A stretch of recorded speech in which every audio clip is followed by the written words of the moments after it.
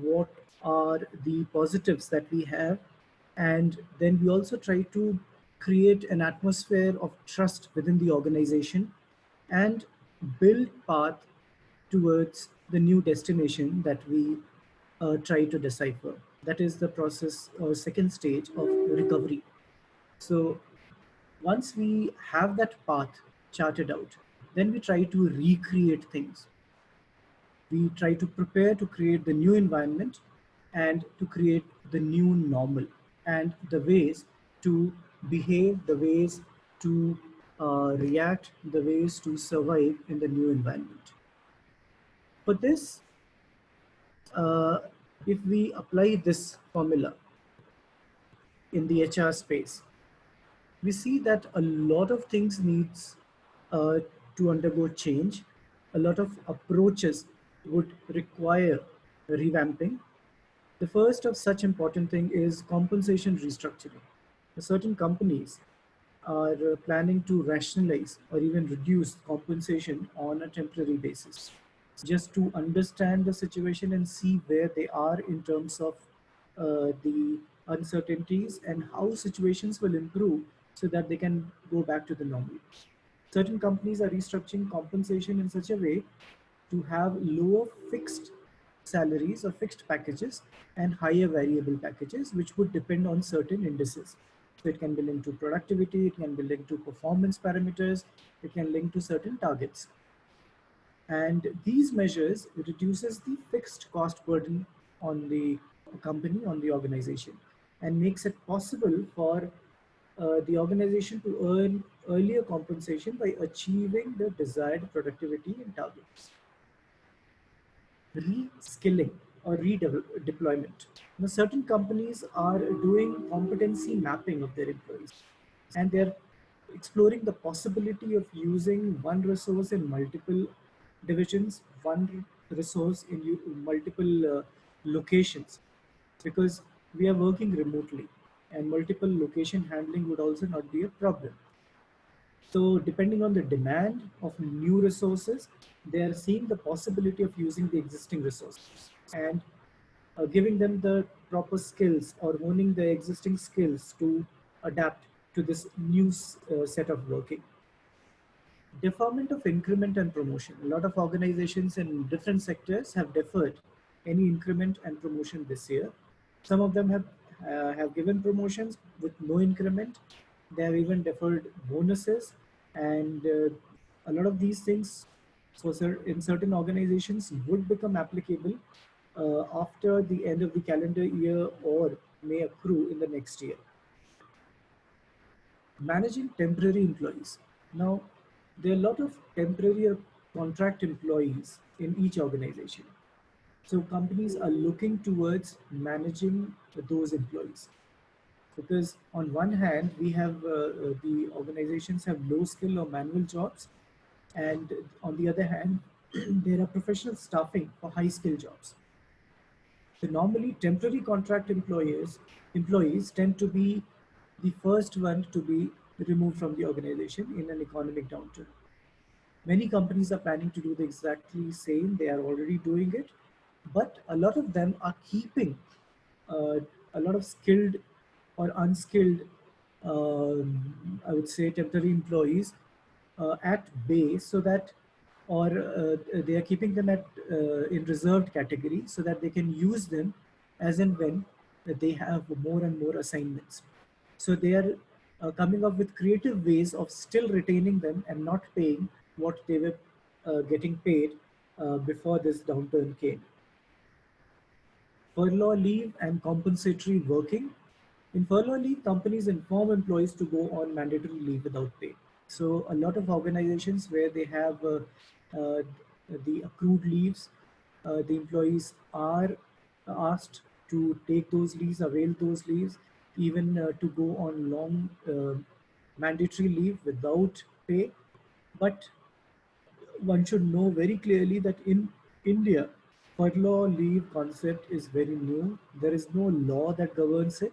There's no law, there's no legislation, regulation, or policy that governs this or allows it.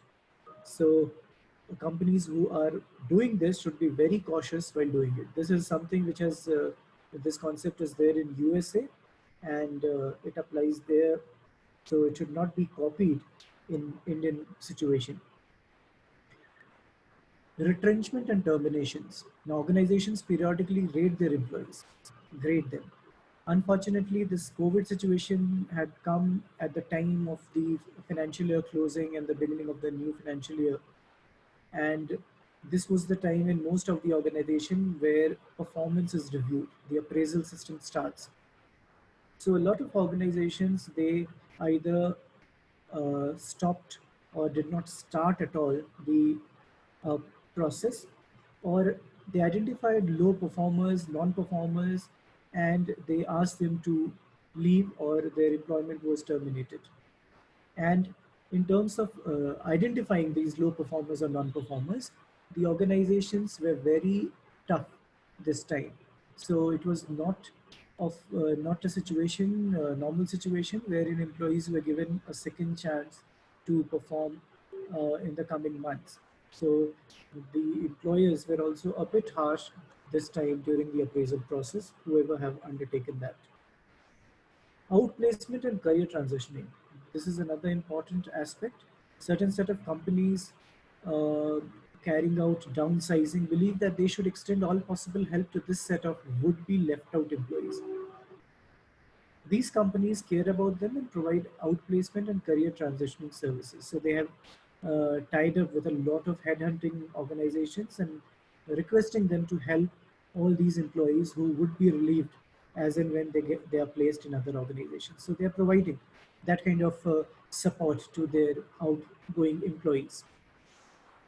Certain functions of companies which have been temporarily shut down, operations have been suspended majorly because of this COVID. So, in those situations, the employer has no option but to um, remove or terminate most of the employees, and they're also trying to optimize the variable and manpower cost subject to the local laws, because termination of workers and employees also trigger a lot of compensation payment under Indian laws and contracts between employer and employees.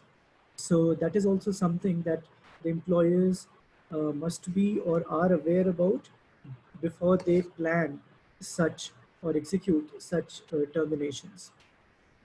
Employee communications. HR plays a pivotal role in every organization, and the morale of employees determines customer engagement, which directly impacts the business results.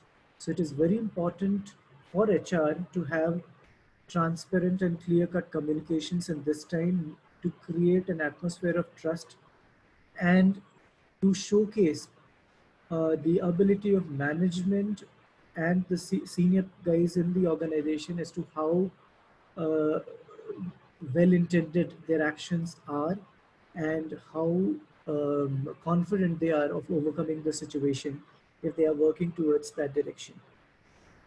Then comes the most important aspect of HR policies and procedure manual.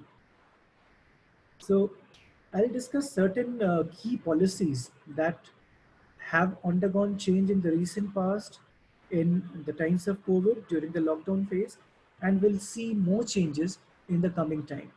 The first such important policy is the company statement to media. In my experience, I have seen very few companies having this policy in their organization. Some of them have this kind of a clause in their employment agreement. for generally the higher management, the upper management. But this will soon be seen as an integral part of the general employee policy, employment policy. All dealings with the media should be handled only after receiving prior approval of the chairman or board of the company or whosoever is authorized to give that authorization. No employee is authorized to make any statement either on or off the record to the media about the business products, services, or any other information pertaining to the company unless authorized by the chairman of the company. The employees of the company are expected to maintain the image of the company and not make any statements that may tarnish the image of the company. Then comes monitoring emails. Since remote working has created an atmosphere where it has become important for the organization to uh, monitor the emails of the employees, it is very important to see as to how those emails are monitored, how they are, what kind of precautions the employees are taking while exchanging emails. And this routine monitoring and review of email usage helps to establish information and produce statistics relevant to the operations of the organization, reduce the level of inappropriate or unsolicited emails, so as to say spams. So it is very important to monitor these emails. Usage of emails. Email must not be used to send confidential or sensitive information unless authorized. And it should also be important to not share any confidential, personal, or sensitive information by email unless specifically authorized. Potential liability for inaccurate, inappropriate, or defamatory content of employee email should be ascertained in the policy. Employer to hold employee accountable for all email communications they initiate, which can have some effect on the employer. And the general practices which should be written in the policy should be that you should respond to the person who has written to you. Only CC or BCC your messages whenever it is essential. Do not use the reply to all button. Uh, and check for junk or spam emails, and use the reply facility only when you have something very specific to say to somebody. Otherwise, always keep every people in copy, always in copy. And don't clog other users' inboxes simply by saying thanks or welcome.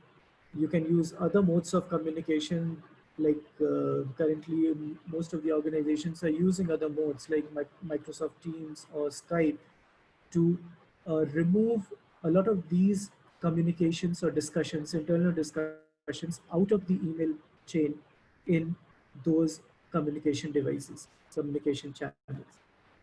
Keeping secure passwords is very important. Now, social networking. Now, this is day and age where everyone participates in social networking sites and discussions. So, every employee should be asked to not make comments, remarks, or post any update on social media regarding the company, its employees, customers, clients, vendors, environment, atmosphere, targets, budgets, or any projects. One should take great care not to post anything that could be considered inflammatory, inaccurate, inappropriate, defamatory, because that may lead the company as well as the employee in some trouble. And even if somebody is posting it on in a personal capacity, they should exercise these cautions. Using internet in office, using personal emails in office should be avoided, and organizations can have certain restrictions put in the software of or in the intranet facility that they provide in the organization to have this in effect. Now, the other crucial aspect here is how the organization would change certain policies. What can be the new rules of engagement, and how can we see the evolution of the new HR system in the companies, in the organizations, and how the new kind of employment dispute would arise, and how HR can play an effective role in anticipating them, in monitoring them, in doing the proper, I would say, proper investigation of those disputes and resolving them. So, leave policy is one such issue that may create a lot of issue for the HR, and will also need would require a lot of course correction, because since the day lockdown has been implemented, commercial and industrial establishments are closed pursuant to the government orders.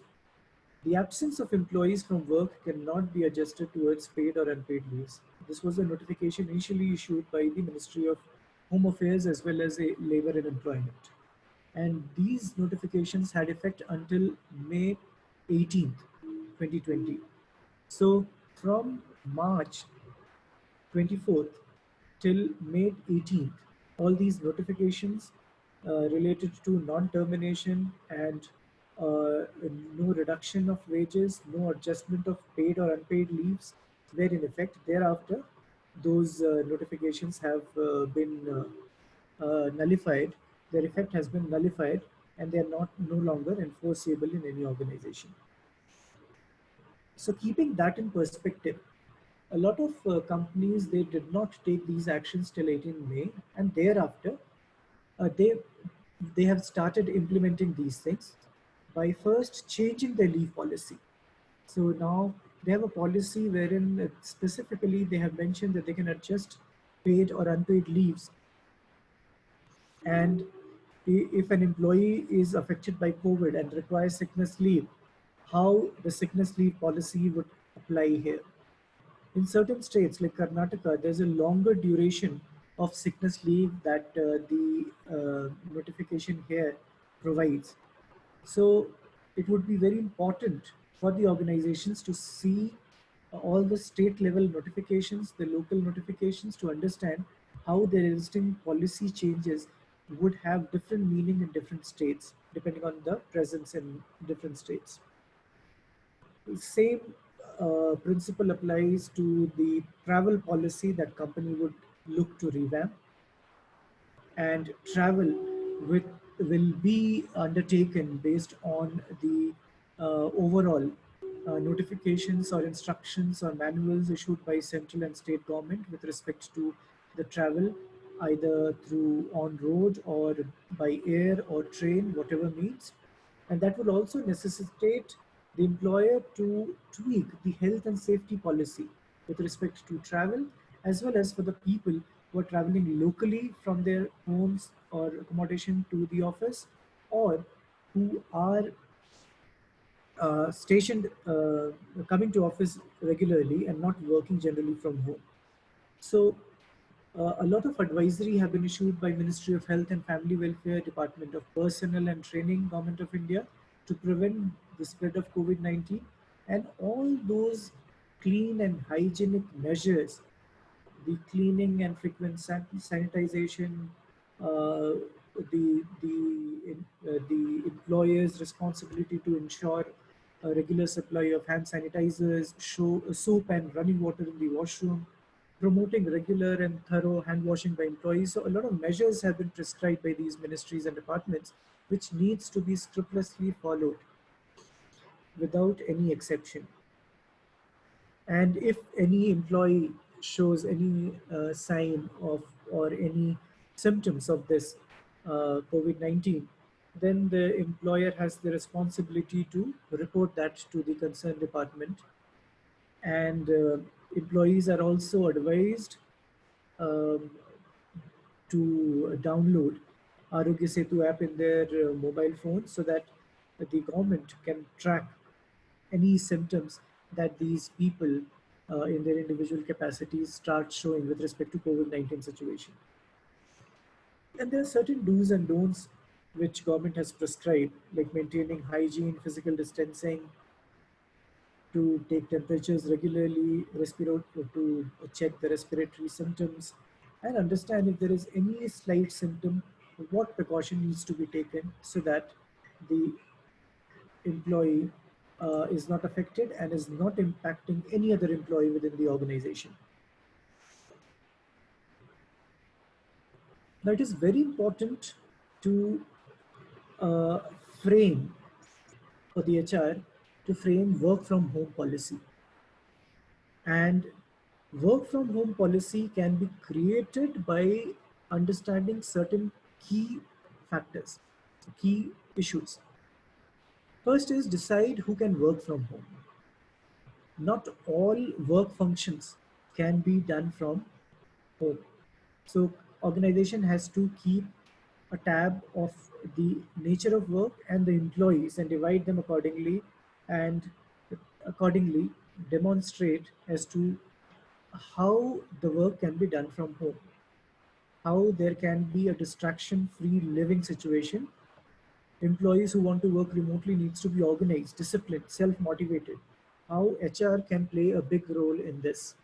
There are certain HRs, I would say managers who are sending motivational emails or conducting weekly calls for different departments, 5 minute call, 10 minutes call to understand their situation. There can be one to one calls or one to one discussions with respect to anything that their employees who are working from home would require, and create the right kind of atmosphere so that the employees do not feel that they are working in isolation and the organization is not taking due care. Establishing an approval process. How the approval process for the work or for leaves should be there. That process needs to be established the within the policy. That process, if there is a system or there's a separate software, then it's well and good for the execution of work or for HR functioning, for both the things. Other than the software, if it is purely based on emails, then how that should be worked, who should be approving work, who can get home privileges, the timing for approval, all these should be established in the process. The regular working hours should be established so that, like an office, you have 8 hours or 10 hours working day. So same should be established in the work from home policy for the employees who are working from home. Expectations from the employees who are working from home should be set very clearly, and employer can have an update every day or every week depending on their comfort level with the team members. An expectation should be put in an email, in writing form, in messages. And there can be various ways of communicating, messaging, video chatting, or phone, or emails. And employees should always be informed um in the very beginning, as and when the work is or assignment is given to the employee, regarding deadlines, available means of communication, priorities, and any update with respect to the assignment. And it is also important to have one means of communication for the team. Since we have multiple modes of communication, it is better to define that this would be the way to communicate so that there is no discrepancy within the team members or in their understanding. The other important aspect is data and safety security. So how to secure the device that employees are working or taking home, how to secure the data contained in those devices or in the emails. It is very important to have this policy in place within the AGs, and having the principles provided under the information technology laws of India being incorporated while ensuring this data security and safety. Now, there are certain organizations who are even willing to share expenses with the employees. So, like most of us were not prepared to work from home, and we started working from our bedrooms, our living room sofas, uh, or from dining tables, most of us did not have the proper study room or study table arrangements. So a lot of organizations have provided or are providing their employees the necessary support with respect to having the proper furniture, proper arrangement, high speed internet, the proper electricity backup wherever it is required, so that there's no problem for the employees while they're working for the company, for the organization. Creating a dress code while working from home is also very important, and a process to acknowledge the receipt of any assignment that comes, and as and when it is delivered to the senior for them also to monitor. Now it is very, I would say, early stage for India, but it is very important for the government also to come up with a law, with a policy of work from home.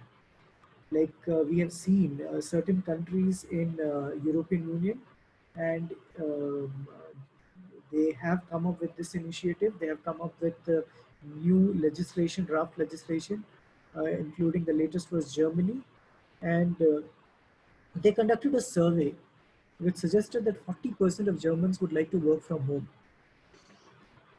and only 12% are currently able to do so. So they wanted this to be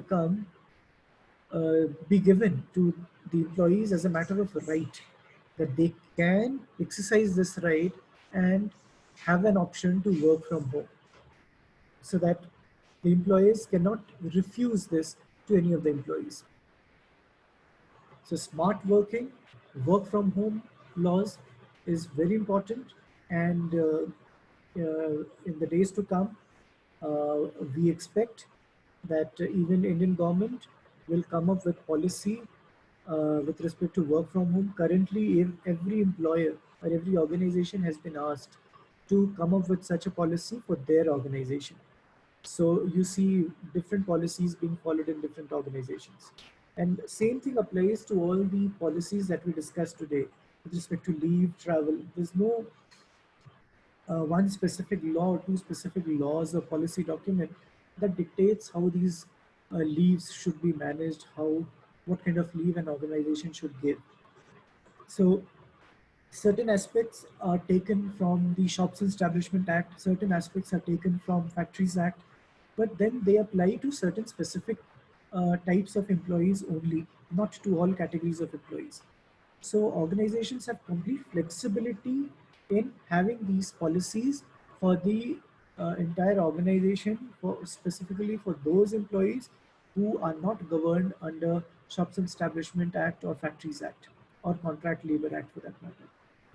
So it becomes very important for the organizations to understand as to how they can create such laws, what kind of policies, what kind of tweaking in the existing set of policies is necessary for them to adjust to the new working conditions that this endemic has offered to us. I think I'll end with this. And if there are questions, you can ask me.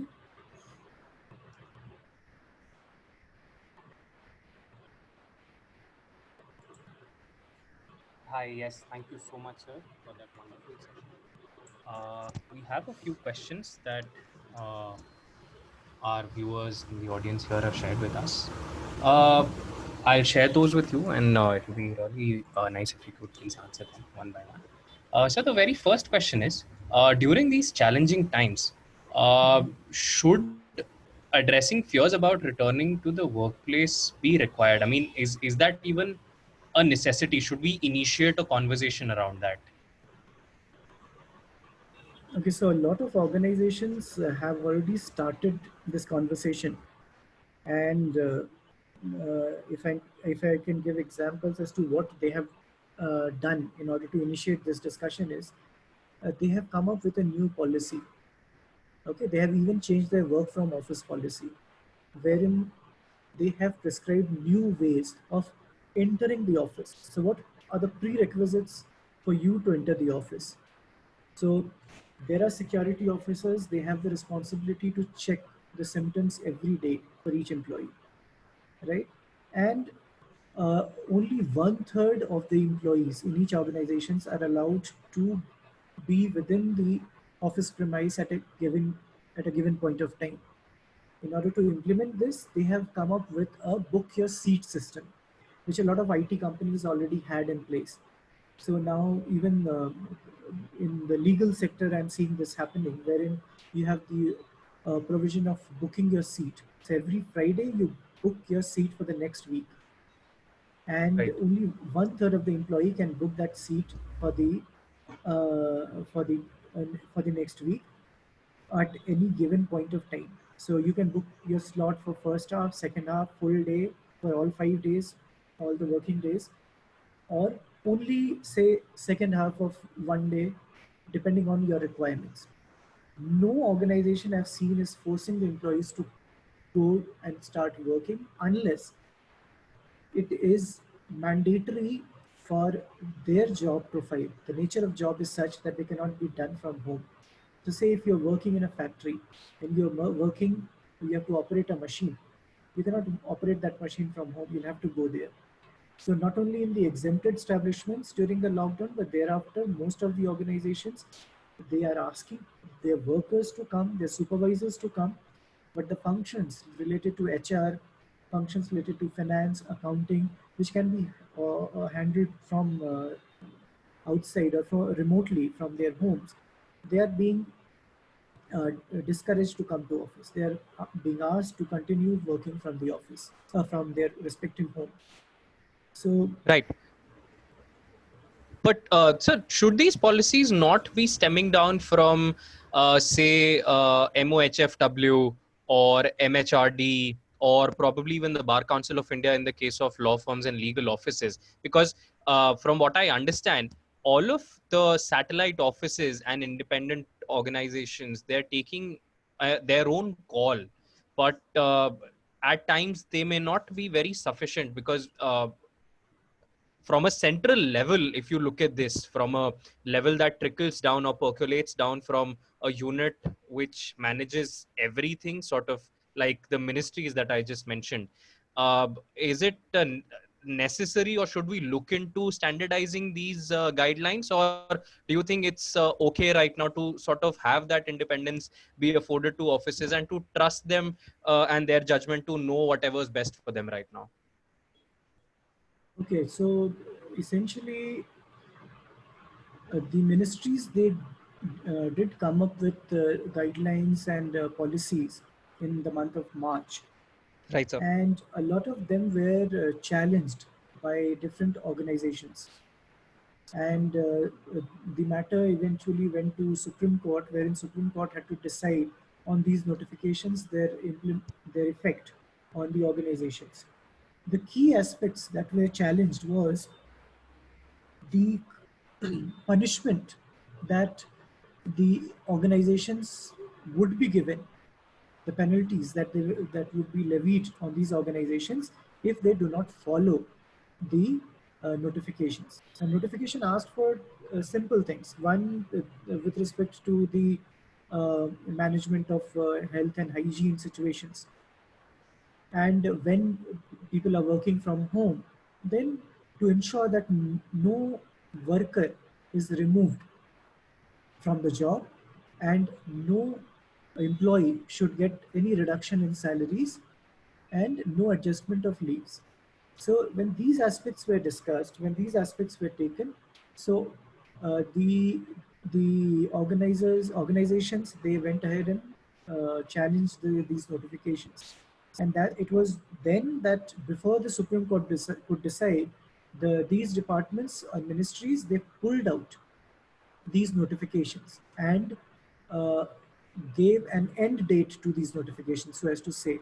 So May 18th was the date when all these notifications, their effect came to an end. And thereafter, the next Friday of May 18th was the day when the Supreme Court finally gave decision and said that there will not, the criminal aspect or the punishment attached to not following these instructions is something that will not be enforced under these orders. So organizations, employers were given freedom to work in these areas in the policy making or in terms of leave or salary reduction or termination that fits their organization, because they also wanted freedom to operate, freedom to manage. Now, in absence of any concrete policy making, in absence of any existing policy or any draft that even a draft is not available at this point of time, it is on the organizations only to create these policies. They can take all the clues from previous notification issued by department, but as far as working from the office is concerned, there are strict guidelines issued by Ministry of Home Affairs and Labor and Employment. And as in when the lockdown period is extended, these notifications continue to have these instructions. So they are to be strictly adhered to by any organization. That is something that has been issued under the uh, Disaster Management Act, and courts have not struck down those notifications or orders. So organizations cannot have any second way of going about creating a healthy and safe environment for employees to work in their organizations. It has to be a uniform way which is prescribed under these orders. Right, sir. That's very rich. Thank you so much. We have another question from one of our viewers, that is Sukanya Singh. So Sukanya asks, due to the economic downturn, it is very obvious that many corporates will prefer to downsize and retrench a number of their employees. Mhm. But in such a case, are these corporates legally bound to provide career transitioning opportunities to such retrenched employees? And in case they are not, then what are the other legal responsibilities on part of these corporates towards such retrenched employees, considering the fact that they are being retrenched for no fault of either of the parties? Okay, so as far as retrenchment is concerned, the Industrial Disputes Act kicks in the moment any organization would want to retrench an employee. And there are prescribed steps that needs to be followed. Notices are to be given, and in certain cases, you have to take the necessary approval of the local labor officer, and you also need to compensate the employees who are retrenched. Now, it is very important to understand that retrenchment does not apply to all kinds of employees. Industrial Dispute Act has a specific definition of employees, and it does not apply to people who are at senior level, okay, in terms of functioning, not the age of experience. So the role functions may be, say, administrative in the HR, in senior people in finance, senior people in the management. It does not apply to them. So if they are removed, it cannot fall within the category of retrenchment. But for other people who are in, say, clerical or skilled, unskilled, semi-skilled, supervisory functions, so for them, uh, they do fall within the definition of employees under IDA, and they will have to be compensated. Certain organizations, in order to avoid any dispute, they do try to compensate other people who do not fall within this definition, say an extra month of salary or 2 months of salaries, so that the employee who is parting with the organization has some breathing space uh, before they find a new job with some other organization. Now, what happens with employees who are not falling uh, within the protection provided under Industrial Dispute Act? So for them, everything is governed as per the policy of the company, the employment agreement, and any termination agreement that employer and employee mutually agree upon. The other aspect is wage settlement for workers who are factory workers, blue collar. So they generally have wage settlement agreements with the organization and standing orders. So those documents, which are also certified by the labor commissioners, so they govern the aspects of cessation or any reduction in salary or increase in salary. So uh, these different categories have a different set of rules to govern their situation or their engagement with the organization. There are two more sets of people. One is the contract labor and the other is migrant workers. A migrant worker was in news for the past 2.5 months, and there is a specific law that governs them to safeguard their conditions, their situations. And even contract labor for that matter, there is a contract between the contractor who brings the contract workers to work for the organization. So that contract generally governs this relationship, but there's this Contract Labor Act also. If contractor is not meeting the compliance requirements provided under the Contract Labor Act, then of course the employer who has engaged these contract workers, being the principal employer, has to take responsibility of all the compliance requirements, including salaries or any benefits payment, social security, etc. Right. Thank you so very much, sir. There's another question, a very interesting question. In fact, we all should know the answer to this and keep it in mind. What are the remedies available to an employee if the HR department itself is intentionally harassing the employee? Okay, so it totally depends on the kind of harassment, because harassment can be of various kinds. So it totally depends on the nature of harassment. If it's uh, sexual harassment, then of course you have, and it is towards a female employee, then you have protection under the Prevention of Sexual Harassment Act, which is specific to female employees. But if the organization has made the policy, revised the policy and made it gender neutral, then within the organization you can go ahead and file complaint with the internals committee. Under Industrial Dispute Act, you have works committee wherein you can go ahead and file complaints of any harassment. Uh, uh, Even a third party, so say employee X is being harassed and he or she is not going ahead and complaining, so somebody else can blow the whistle and file the complaint on behalf of that employee without naming the employee, but generally talking about the situation. So these are the methods, these are the modes. And then under Industrial Dispute Act, there are different forums prescribed wherein you can take up your complaint against the organization or against the HR. You can even, for the HR, you can even go ahead and file complaints with the senior management to understand if they can be of any help.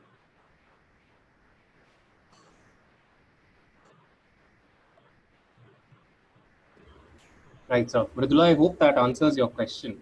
I'll use this opportunity to segue into POSH Act now since that was brought up. So there are two questions related to POSH that I have here, and I think we'll wrap up with that. The first one is, what are the forms of non-physical sexual harassments that the POSH Act recognizes? That is the first question. And the second question is that does the POSH Act also provide protection against issues involving, say, calls at odd hours or meetings or comments that transpire on virtual team meetings now that there is a lockdown and there is a complete work from home situation going on. So does the POSH Act take into account these things also? So essentially, you'll have to understand as to how the entire complaint can be made, what and how the harassment has been defined under the Act, what is sexual harassment, and it's not direct physical assault. It can be figurative, it can be in the form of sign, it can be virtual as well. So anything writing, anything written, spoken during physical presence of people, spoken in an event, spoken in an online discussion. So all these are included. And the thing is, uh, whosoever is complaining needs to understand that an investigation is conducted for any such complaint by the internals committee. So it is very important to provide the necessary evidence uh, to the internal committee so that they can have the investigation completed successfully and suggest their report uh, very soon to the organization so that they can be implemented. Now, in the virtual environment, it is very easy to create those records. Nowadays, most of the organizations, they maintain the chat room or the group chat, whatever happens, or individual chats that happens, that they save it, they keep it for the records. The all the meetings that happens, all the internal discussions that happens, video conferences or audio conferences, they're recorded and kept in the repository. It is easy to save these records. So having the right evidence is something that this e-medium has uh, created a good space for having or retaining the evidence, which was not possible in physical mode. The second important aspect is with respect to the way to conduct the investigation. Now, conducting investigation can also be done remotely, and the committees can sit from their respective, the members can sit and operate from their respective home, and the accused and the victim can also participate in those discussions as and when they are required to participate in those discussions or Q&A sessions during the investigation. And record sharing can also be, evidence sharing can also be done accordingly. Other employees who are concerned can also be contacted accordingly.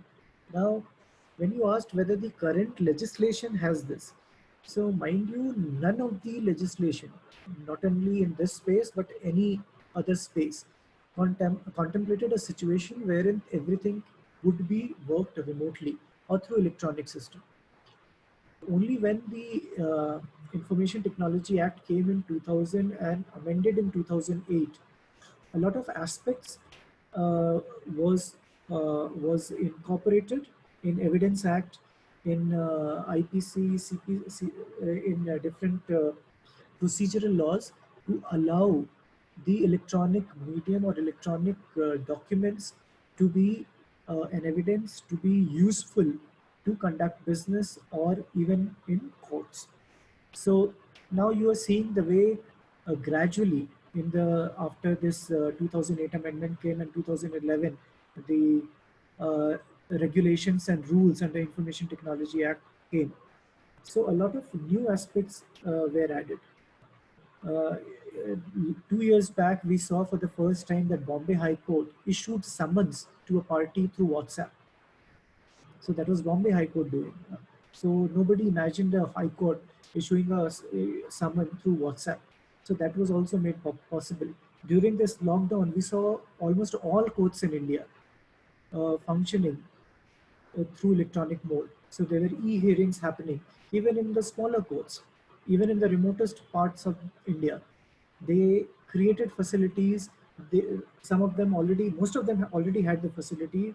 Wherever it was not there, they created the facilities during this period of lockdown, and they started functioning remotely. And this shows that even when we, wherein you don't have law specific to electronic ways of deciphering something, the act can be interpreted for both physical and online space. So there's no, I would say, iota of doubt.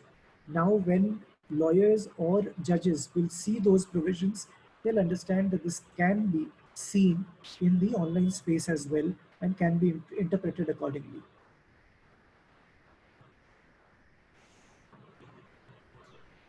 Right, sir. Thank you so much. And with that, I think we have just room enough to squeeze in another question with your permission, of course. Yeah, please go ahead. So, right. So now, because you said that, almost none of the legislations took into account anything that may happen electronically until such time we had the IT Act, which sort of came in with a number of amendments for multiple other acts also. Um, then, I mean, in light of that, can we say that a person's home can also be considered a workplace according to the Posh Act? Because right now we're in a work from home situation, and probably at that point of time, work from home might not have been that common. So workplace would have had some definition, but I mean, is it possible for a person's home or an employee's home to also be considered as a workplace under any of those definitions? Now, this is a very interesting question, and a lot of clients have already asked this question in terms of their ongoing investigation, which happened before the lockdown, and they were not able to conclude the investigation. So, and since there's no clarity as such in the legislation, or I've not seen any cases so far which can provide clarity on this. This is my personal view. So your home cannot be considered as workplace, but the system in which you are working is an office system, is an office gadget. Any harassment or any such complaint that will arise will be through this system, right? So if I say sitting from my home that Mr. X or Miss X harassed me in that meeting happened through this electronic system. So since this laptop or this medium of communication is official, this is an office space. This is the virtual office space for me, not my home, because I was not harassed at my home. Home harassment will, of course, be again governed under POSH, but there'll be different connotations. The one harassing would not be from office because he's not physically present here. So harassment happen within the uh, office system. So it will still be considered as a workplace and will be considered as harassment at workplace for that organization. And the internal committee of that organization will have the jurisdiction to uh, take that up for investigation. Now, it also helps the organization, because the moment anybody interprets that no, you were harassed through the office system but you were at home, so it is outside the organization's purview. This will give a lot of leeway to employees to go ahead and file complaint under post to the local district officer, which will be outside the domain of the organization. Now, organizations, in order to protect their reputation, and also to have the entire investigation conducted, I would say confidentially, it would be important for them to understand and agree to the way I am interpreting, and conduct investigations and give all the rights to their internal committee to have that investigation done.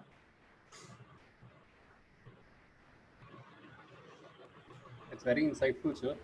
That's a question that I also had personally. So thank you so much for answering that so well. I think with that, we will wrap up the webinar. And thank you so much for joining with us today and giving us your valuable time. This has been extremely, extremely helpful and educational for all of the participants. And I would like to thank all of the participants for joining us today and being a part of this webinar. I would also like to thank Lloyd for having organized this wonderful session and giving us an opportunity to listen to Dubey sir. Thank you so much, everyone. Have a great Monday. Thank you.